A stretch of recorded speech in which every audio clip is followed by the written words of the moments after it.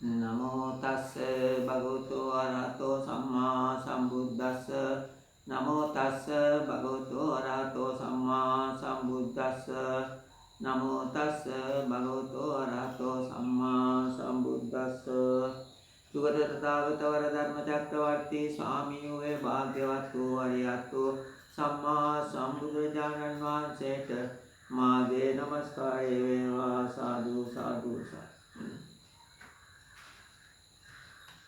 සද්ධා බුද්ධ සම්පන්න පින්නතුනි අදත් සදහම් දැනුමට අත්තල නැමැති ප්‍රශ්නෝත්තර සහිත දහම් පොත පාදක කරගෙන ඇසුරේ ධර්ම සාකච්ඡා වැඩසටහනක් ආරම්භ කරන්න හදන්නේ මුලින් වැඩසටහනත් එක්ක බැලුවම අද 56 වෙනි වැඩසටහන තමයි මේ ආරම්භ වෙන්නේ.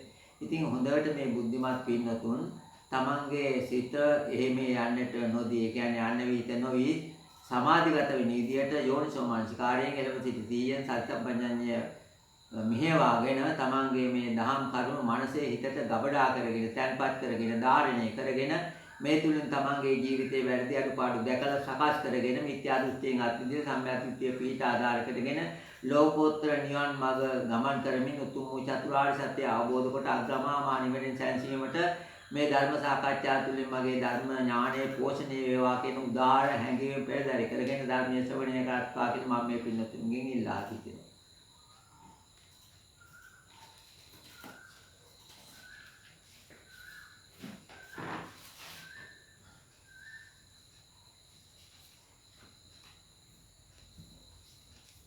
මේ තමයි පින්නතුනි දහම් පොත. මේ පොත ඇසුරෙන් තමයි අපි මේ වැඩසටහන මෙහෙවන්නේ.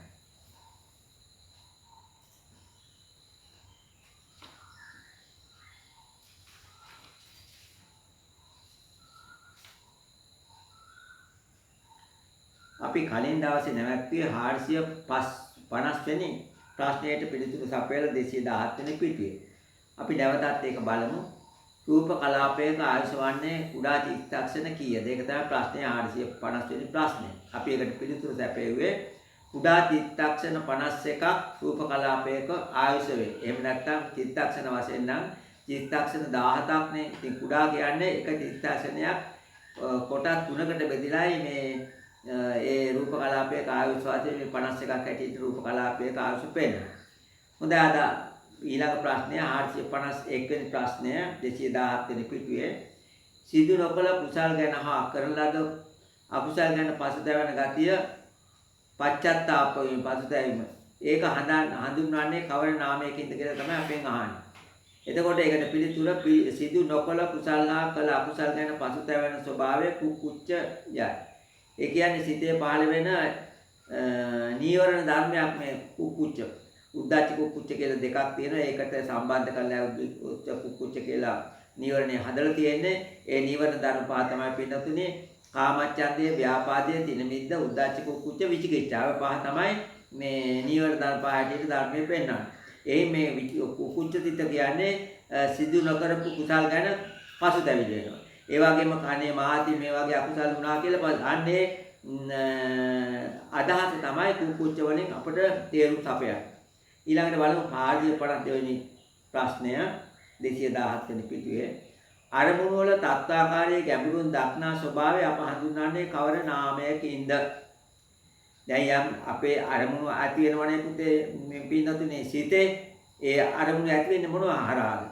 මෙන්න මේ ආයතන හරහා. ඇස, කන, නාසය, දිව, ශරීරය කියන මේ ඉඳුරන් හරහා තමයි අපට අරමුණු හිතට විඥානයක් ඇටියට පහළ කරන්නේ.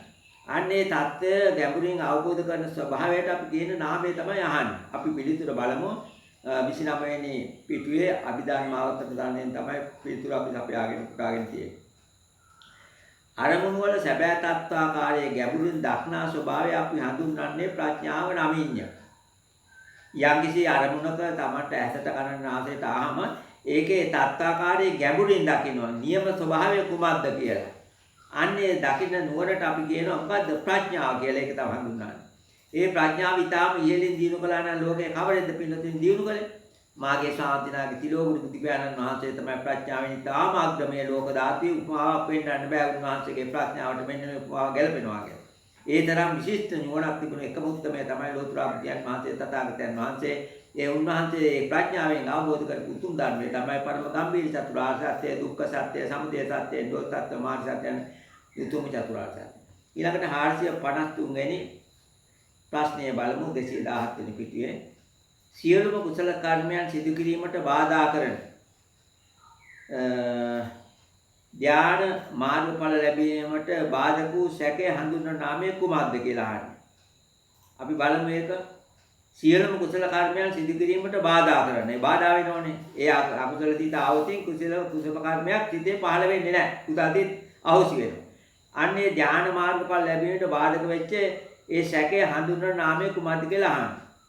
ඒකට පිළිතුර අරගෙන තියෙන්නේ 25 වෙනි පිටුව අභිධර්මාවතරණය කියන දහම් පොතෙන්. බලමු පිළිතුර. සියලුම කුසල ධර්මයන්ට ධ්‍යාන උපදවා ගැනීමට මාර්ගඵල ආදී ලැබීමට බාධක වූ සැකය හඳුන්වන්නේ විචිකිච්ඡා නාමයෙන්. අන්න විචිකිච්ඡාව තමයි ඒකට කියන නම. බුද්ධ ආදී අටතන ගැන සැකය නමින් හැඳින්වෙන්නේද මේ විචිකිච්ඡාවයි. නොදන්නා යාමක් ගැන එසේද මෙසේද කියා ඇති වෙන සැකේ විචිකිච්ඡාව නෙමෙයි පිළි. යම් කිසි නොදන්න දෙයක් ගැන ඒක මෙහෙමද එහෙමද කියලා අපි හිතනවනේ. ඒක විචිකිච්ඡාවට අයිති වෙන්නේ නැහැ. නමුත් මේ බුද්ධ ආදී අටතන ගැන යම් සැකයක් පහළ වෙනවා නම් ඒක තමයි ධර්මයේ උගන්වන්නේ විචිකිච්ඡාව හැටියට. අපි දැන් ඊළඟට බලමු 454 වෙනි ප්‍රශ්නය. යම් අරමුණෙක්ගේ නොයැලෙන්නේ නම් ඒ ස්වභාවය කවර නමකින් හඳුන්වන්නේද? 218 වෙනි පිටුවේ තමයි ප්‍රශ්නේ තියෙන්නේ. අපි නැවතත් බලමු ප්‍රශ්නය. යම් අරමුණෙක්ගේ නොයැලෙන්නේ නම් ඒ ස්වභාවය කවර නාමයකින් හඳුන්වන්නේද? පිළිතුර තපයාගෙන තියෙන්නේ අභිධර්මාවතරණය කියන දහම් පොතේ 25 වෙනි පිටුවේ. බලමු පිළිතුර. අරමුණේ නොයැලෙන ස්වභාවය අලෝභ නම් වේ. හොඳයි පින්නත දැන් අරමුණක ඇලෙනව නම් අපි ඒකට මොකද කියන්නේ? ලෝභයනේ, රාගයනේ, කාමච්ඡන්දේ. මේ නොයැලෙන ස්වභාවයට කියන්නේ අලෝභ. එතකොට මේ අලෝභ කියන්නේ කුමක්ද? කුසල් සිතක්. අලෝභ, අදෝස, අමෝහ කියලා තියෙනවනේ කුසල් සිත මූලික වශයෙන් දොරටු තුනක්. අන්නේ කුසල් සිත පහළ වෙන දොරටු තුනෙන් එකක් තමයි අලෝභ සිත. එකක් තමයි ආද්දේශ මෛත්‍රිය. එකක් තමයි අමෝහය නැත්තම් විද්‍යාව. මේ ප්‍රඥාව පහළ වීමනේ. එතකොට මෙන්න මේ අරමුණේ නොයැලෙන ස්වභාවයට අපි කියන්නේ අලෝභ චේතනාව කියලා. දැන් හරි ඒක. ඊළඟට බලමු පින්නතින් 455 වෙනි ප්‍රශ්නය 218 වෙනි පිටුවේ. බුද්ධ ධම්ම සංඝ යන තෙරුවන් කෙරෙහි සිතේ ඇති වෙන විශ්වාසය පැහැදිලි පිළිගැනීම කවර නාමයකින් හඳුන්වන්නේද? නැවතත් ප්‍රශ්නය කියවලා බලමු. බුද්ධ ධම්ම සංඝ යන තෙරුවන් කෙරෙහි සිතේ ඇති වෙන විශ්වාසය පැහැදීම පිළිගැනීම කවර නාමයකින් හඳුන්වන්නේද? පිළිතුරු උපුටාගෙන තියෙන 25 වෙනි පිටුව අභිධර්මාවතරණය කියන දහම් පොතෙන්. බලමු පිළිතුර. බුද්ධ ධම්ම සංඝ යන තෙරුවන් කෙරෙහි ඇති වෙන විශ්වාසය පැහැදීම පිළිගැනීම සද්ධාව යනුවෙන් හඳුන්වති. චෛතසික අතර තියෙනවා දැන් දෙපළට චෛතසික අතර එකක් තමයි මේ සද්ධා චෛතසික. පින්නතුනි අපිට ලෝකෝත්තර මාර්ගයට යන්න නම් මේ සද්ධා චෛතසිකේ තියෙන්න ඕන. ඒ වගේම පින්නතුනි සද්ධාව නැති සිතකට කවදාවත් ධ්‍යාන වඩලා ප්‍රථම ධ්‍යානය, ဒုတိ ය ධ්‍යානය, තෘතිය ධ්‍යානය, චතුර්ථ ධ්‍යානය, පංචම ධ්‍යානය වශයෙන් ඒ සූත්‍රාන්ත ක්‍රමයේ තියෙන ඒ ධ්‍යාන ක්‍රම වඩා ගන්න බෑ. බබලුවට යන්නත් බෑ. ඒ කියන්නේ ධ්‍යානසිත පහළ වෙන්නේ නැහැ කියන එකයි. එතකොට මෙන්න මේ ලෝකෝත්තර සිත උපදවා ගන්න ප්‍රධානම දොරටුව අපිට ඇරෙන්නේ කොතනින්ද? මෙන්න විවුර්ත වෙන්නේ.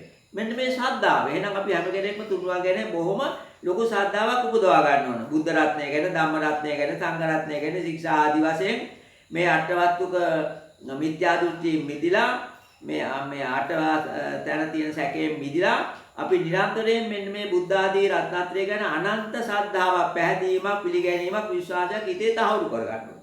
එහෙම කළොත් අපිට කවදා හරි පින්නොතිනේ ඒ ලෝකෝත්තර මාර්ගයේ අවසානයේ අපි බලාපොරොත්තු වෙන ඉලක්කය නිවනට යන්න පුළුවන්. අපි ඊළඟට බලමු 556 වෙනි ප්‍රශ්නය 218 වෙනි පිටුව. විචිකිච්ඡාව නැතොත් බුද්ධ ආදී අටතන ගැන ඇති සැකය ඇතිවීමට හේතු වෙන කාරණාට අඳුන්වන්න. නැවතත් ප්‍රශ්නය කියවලා බලමු. විචිකිච්ඡාව නැත්තම් බුද්ධ ආදී අටතන සැකය ඇතිවීමට හේතු වෙන කාරණාට අඳුන්වා දෙන්න. මේ අටක් විදියට පෙන්වන්න පින්නොත්නේ කොහොමද? අභිධර්ම ක්‍රමයට මේ අට පෙන්වන්න පින්නොත්. අපි බලමු ඒක. ඒ විචිකිච්ඡාව ගැන පිළිතුර. විචිකිච්ඡාව හේවත් බුද්ධ ආදී අටතන සැකේ ඇතිවීමට හේතු වන කාරණා 8කින්. ඒකට මුල් වෙන කාරණා 8ක් තියෙනවා විචිකිච්ඡා විතේ 15. ඒවා නම් තත්ත කතමා විචිකිච්ඡා. මෙන්න මේ අහනකො මෙන්න මේකයි විචිකිච්ඡා කියලා දැන් පැහැදිලි කරනවා. පළවෙනි එක සත්තරී කංගති විචිකිච්ඡති.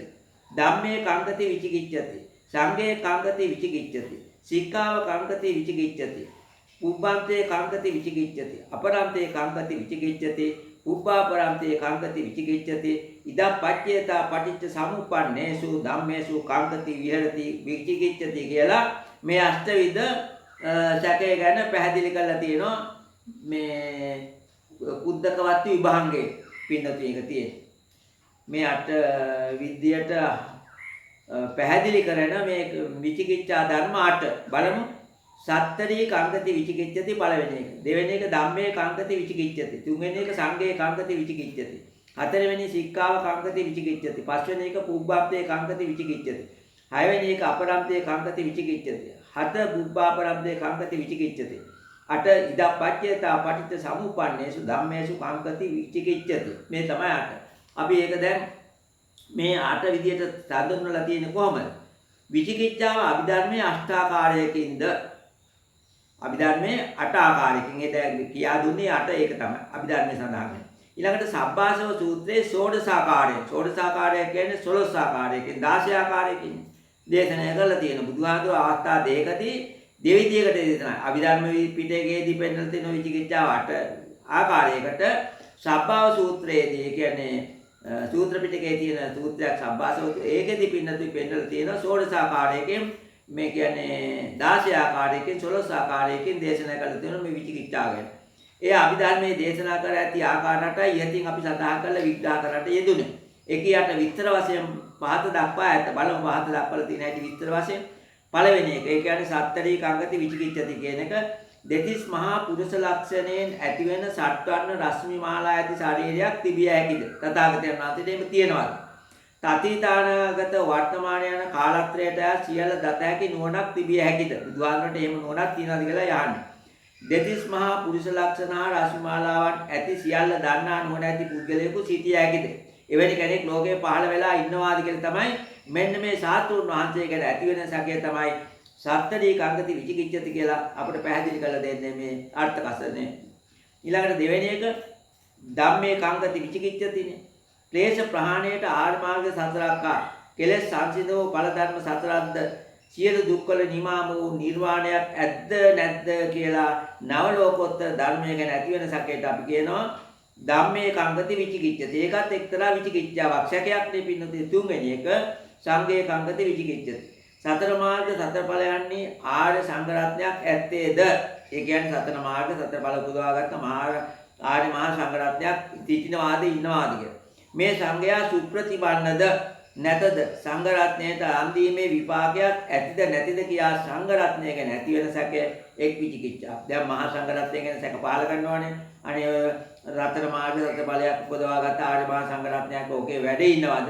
එවැනි ආ සුප්‍රතිපන්න ගුණයෙන් යුක්තද? ඒ වගේම සංඝරත්නයට දන් දීමෙන් විපාකයක් සැප වශයෙන් ලැබෙනවාද කියලා සංඝරත්නය ගැන යන සැකයක් ඇති වෙනවානේ. ඒක එක්තරා විචිකිච්ඡාවක් වෙන්නත්. ඒක තුන්වෙනි විචිකිච්ඡාවට සංඝේ කංගති විචිකිච්ඡති කියන අට ආකාරයේ සැකේ බුද්ධ ආදී අට දැන සැකයෙන් තුන්වෙනි එකටයි ඒක ගණන් ගන්න. හතරවෙනි එක පින්නත් තියෙන්නේ ශික්ෂාව කියා දෙයක් සත්‍ය වශයෙන් ඇත්තේද? ඒ ශික්ෂාවන් පිළිමින් ප්‍රතිඵල ඇද්ද නැද්ද? කියා ශික්ෂාව පිළිබඳ ඇති වෙන සැකය එක විච්ච දැන් තියෙනවනේ ත්‍රිශික්ෂාව සීල සමාධි ප්‍රඥා වශයෙන්. අන්නේ ත්‍රිශික්ෂාව පිළිවම ඒ ආයත ඇත්ත වශයෙන් එහෙම එකක් පුරාලා එවන් ප්‍රතිඵලයක් තියෙනවද නැද්ද කියන එක තමයි මේ තියෙන්නේ. ඒ සික්ඛා කංගති විචිකිච්ඡති කියලා කියන එක හතරවෙනි කාරණේ තමයි ඒ අට තැන බුද්ධ ආදී අට තැන ගැන සැකය සඳහන් කරන තැන හතරවෙනි කාරණේ හැටියට තමයි සික්ඛා කංගති විචිකිච්ඡති කියන්නේ මේ ත්‍රිශික්ෂාව ගැන. ඒ කියන්නේ සීල සමාධි ප්‍රඥා කියලා ප්‍රධාන වශයෙන් ශික්ෂා මාර්ග තුනක් තියෙනෝනේ. ආර්ය මහා අටාර්ය පුද්ගල මහා සංඝ වශයෙන් පින්නතුනි සෝවාන් ආදී මාර්ගඵල ලබන ආර්ය අටාර්ය මාර්ගේ ඒ ගැන මේ සැකයක් තියෙනවද කියලා අහන්න. ඒක තමයි එහෙම සැකයක් පානවා. ඒක විචිකිච්ඡාවක් හැටියට ගණන් ගන්න. පස්වෙනි එක අතීත භව පරම්පරාවන් තිබීද නොතිබීද කියා අතීත ස්කන්ධයන් පිළිබඳව ඇති වූ සැකයක විචිකිච්ඡාවයි. ඒ කියන්නේ ඒකට අපි කියන්නේ පුබ්බන්තේ කංගති විචිකිච්ඡති. පස්වෙනි එකනේ. ඒ කියන්නේ අතීත භව පරම්පරාවක් තිබුණාද අපිට මේ වගේ නාම රූප ධර්මයක් අනුව සත්‍ය සංසාරේ හටගත්තාද කියන ඒ විදිහට සැකයක් පහළ වෙනවා. ඒක එක විචිකිච්ඡාවක්. ඊළඟට 6 වෙනි විචිකිච්ඡාව තමයි පින්නොතිනේ අපරම්තේ කංකති විචිකිච්ඡති 6 වෙනි එක. අනාගත භව පරම්පරාවක් ඇත්තේද නැත්තේද? අපිට ඉදිරියට මේ මරණයෙන් පස්සේ නැවතත් ස්කන්ධ හරහා අපිට පංචස්කන්ධය තුලින් නාම රූප වශයෙන් සත්ත්ව පරම්පරාවක් අපි හට ගන්නවාද නැද්ද කියලා ස්කන්ධයන් ගැන ඇති වෙනවා නම් ජනසකයක් ඒකත් පින්නතුනේ අන්න අපරම්තේ කංකති විචිකිච්ඡති කියන සැකයටයි ගණන් ගන්නේ පින්නතුනේ. ඒකත් විචිකිච්ඡා ධර්මයක්.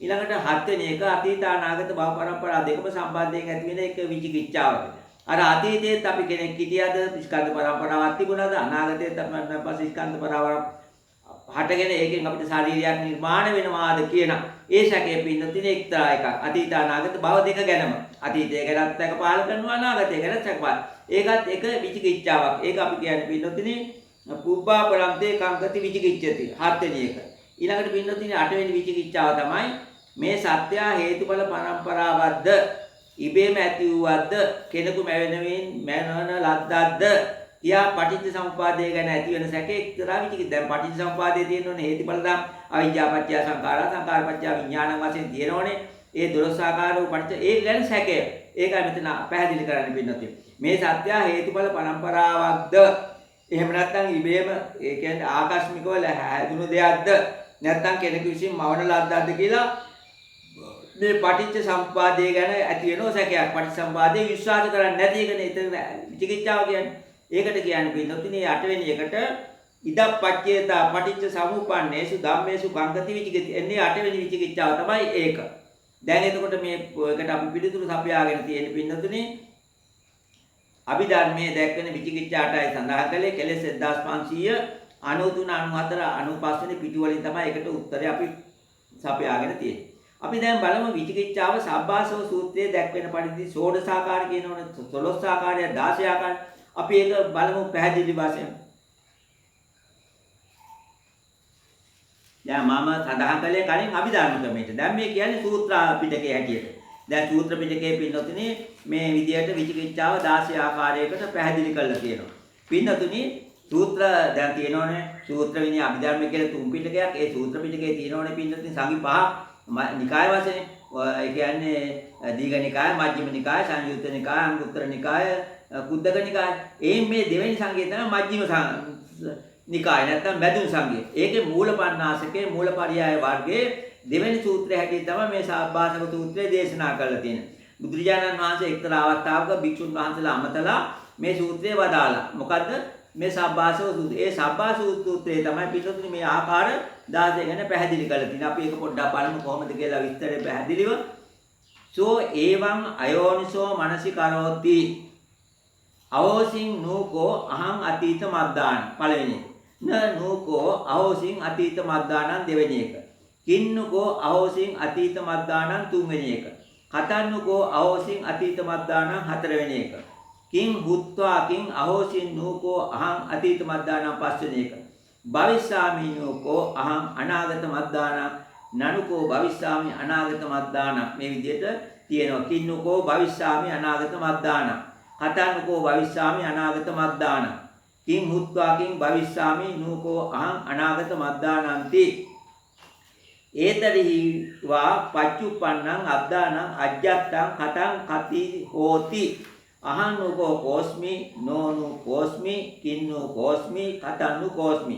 අයන්නකෝ සත්තෝ කුතෝ ආගතෝ සෝ කුහිං ගාමි භවිෂ්‍යති ති.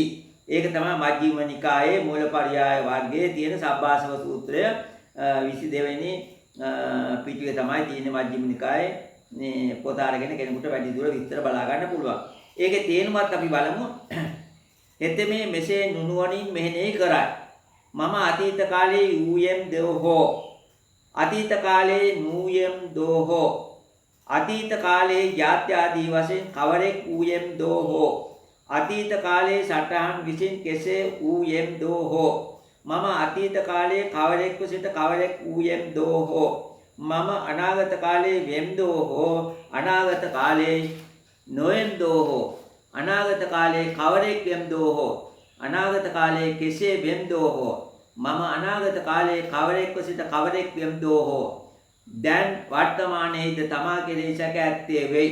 මම වෙම්දෝ හෝ මම නොවෙම්දෝ හෝ කවරෙක් වෙම්දෝ හෝ කෙසේ වෙම්දෝ හෝ මේ සත්‍යතෙම කොයින් ආයේදෝ හෝ කොහි යන්නේදෝ හෝ කියලා මේ විදිහට ආකාර 16කින් ෂෝඩසාකාර වශයෙන් විචිකිච්ඡා පෙන්වනවා. පින්නති තථාගතයන් වහන්සේ භික්ෂුන් වහන්සේලා අමතා වදාළ එක්තරා සූත්‍රයක් තමයි මෙන්න මේ පින්නතිනි සබ්බාසව සූත්‍රය. ඒකේ තමයි මේ 16 ආකාරයකට පෙන්වන්නේ. අපි බලමු ඒක. අපි පිළිතුරු උපුටාගෙන තියෙනවා කෙලෙස් 1500 පිටුවේ 95 පිටුවේ. අපි ඒකත් බලමු පොඩ්ඩක් අපේ මේ හේරුකාණේ නායකහන්තුලේ පොතේ තියෙන හැටියට.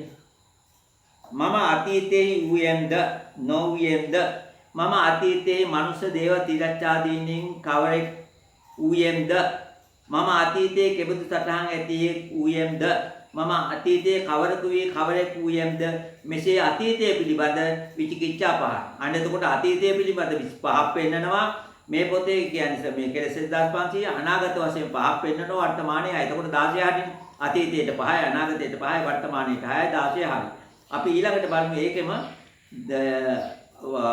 අනාගතය ගැන මම මරණින් මතු අනාගතයේ ඇත්තෙම්ද නැත්තෙම්ද මම අනාගතයේ කවරෙක් වන්නේම්ද කෙබඳු කෙනෙක් වන්නේම්ද අනාගතයේ කවරෙකුයි කවරෙක් වන්නේම්ද මෙසේ අනාගතයේ පිළිබඳ විචිකිච්ඡා පහයි. එතකොට අතීතය ගැන පහයි අනාගතය ගැන පහයි. ඊළඟට වර්තමානය ගැන උත්පත්තියේ පටන් මරණය දක්වා පවත්නා වර්තමාන පංචස්කන්ධයේගෙන මේ මම කවරෙක්ද මාගේ සැටි කෙසේද මම කොයි සිට මේ භවයට ආයෙම්ද මේ මම කොයි යන්නේම්ද මරණය පස්සේනේ මෙසේ වර්තමාන භවය සම්බන්ධයෙන් ඇතිවෙන විචිකිච්ඡා 6කි.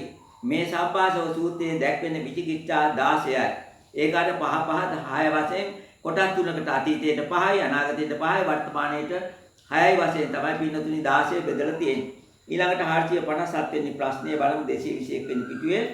කාය ලෞතා නමින් හඳුන්වන්නේ චෛතසිකයන්ගේ කවර වූ ස්වභාවයක් ගැනද?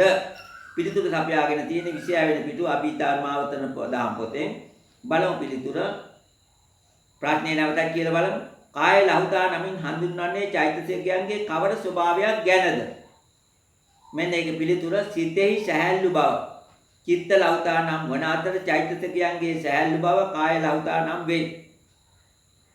කාය ලෞතා සහ චිත්ත ලෞතා යන ධර්ම දෙක චිත්ත චෛතසිකයන් බර බවට පමුණුවමින් දුර්වල කරන තීන විරුද්ධයට ප්‍රතිපක්ෂී ධර්ම දෙක. තීන විරුද්ධයට විරුද්ධයි පින්නතුනේ ඒකයි. ඒකයිනේ ප්‍රතිපක්ෂ කියන්නේ. එතකොට 458 වෙනි ප්‍රශ්නය බලමු 221. මෝහ මූල සිත් උපේක්ෂා වේදනා යුක්ත වන අතර එම මෝහ මූල සිත් දෙක අනුන්ගේ මෙහෙයවීමක් ඇතිව හෝ නැතිව සිදුවන්නේද? මේ සිත් අසංකාරික සසංකාරික යන දෙවර්ගයෙන් කවර කොටසකට අයත් වන්නේද? අභිධර්මාවතර පොතේ 9 වෙනි පිටුවෙන් තමයි පිළිතුරු පුටාගෙන අපි තියෙන්නේ පිළිතුරු සපයාගෙන. අපි බලමු ඒකට උත්තරේ නැවතත් ප්‍රශ්නේ කියලා බලමු. මෝහ මූල සිත් උපේක්ෂා වේදනාවෙන් යුක්ත වන අතර එම මෝහ මූල සිත් දෙක අනුන්ගේ මෙහෙයවීමක් ඇතිව හෝ නැතිව සිදුවන්නේද? මේ සිත් අසංකාරික සසංකාරික යන දෙවර්ගයෙන් කවර කොටසකට අයත් වන්නේද? කියනෝනේ සිත් 15 වුණාම සසංකාරික සංකාරික ඒ කියන්නේ හිතේ තමන්ගේ මෙහෙයවීම කරනවා අනු බොන කරනවනේ. ඒකනේ මෙහෙයවීමක් නැතුව කියන එකට අපි කියනවා අසංකාරික. යම් කිසි හිතේ මෙහෙයවීමක් අනුන්ව කරලා කරනවා නම් පසුවට ඒකට කියනවා සසංකාරික කියලා. ඉතින් මෙන්න මේ මෝහ මූල සිත් දෙක මොන ගණයට වැටෙනවද කියලා තමයි ආන්න මේ සසංකාරික සංකාරික දෙක. පිළිතුර බලමු අභිධර්මාවතරණේ 9 වෙනි පිටුවේ. මේ මෝහ මූල සිත් දෙක අනුන්ගේ මෙහෙයවීමක් නැතිව සිදුවන්නේ එම සිත අසංකාරික ගණයට අයත් වෙනවා. ඒක එතකොට ඒක පින්නතුනේ සසංකාරිකද? මෝහ මූල සිතක් නිතරම පහළ වෙනනම් අසංකාරික තමන්ගේ හිතෙම පහළ වෙන සිතක් නේ මෝහ මූල අවිද්‍යාව බඩට එකක් නේ. නුනුවණින් ඇති වෙන මෝහයට නැත්නම් මුලාට බද්ධිත සිතක් නේ. අන්නේ සිත් පහළ වෙන්නේ අසංකාරික වශයෙන්. මෝහ මූල සිත් අනුන්ගේ මෙහෙයවීමක් නැතිව ස්වභාවයෙන්ම සත්‍යයන් තුළ ඇති වෙන සිත් කොටසක් වශයෙන් සැලකන බැවින් අසංකාරික ගණයට අයත් නොවේ. අසංකාරික සසංකාරික ගණයට වැටෙන්නේ නැහැ පින්නතුනේ. ඉබේම සිද්ධ වෙනවානේ. සසංකාරික කියන්නේ අනුන් පොළඹවල. ඉතින් පින්නතුනේ අද මීට වඩා අපිට කාලේ නැහැ ගන්න. අදට මේ වැඩසටහන අපි මේ නිම කරමු. ඉතින් මේකට සමන් දීලා මේ පින්නතුනේ ධර්මචානයේ පෝෂණය කරගත්ත මේ තුලින් ආර්ය අෂ්ටාංග මාර්ගය සපුරාගෙන ඉතා ඉක්මනින්ම සීල සමාධි ප්‍රඥා ගුණ උදවාගෙන සත්‍තිස්පාක්ෂික බෝධ ධර්මයන් පූර්ණ කර සතර කතරින් ඊතරව ප්‍රතිබෝධික නිවන් සම්පත් උදා කර ගන්නට හේතු වාසනාව වේවා කියලා මම හැම දිනාටම මම සුබ ප්‍රාර්ථනා කරනවා ආශිර්වාද. හැම දිනාටම තෙරුවන් සරණයි දැන් දෙවිඩ කවරට. තෙරුවන් සරණයි.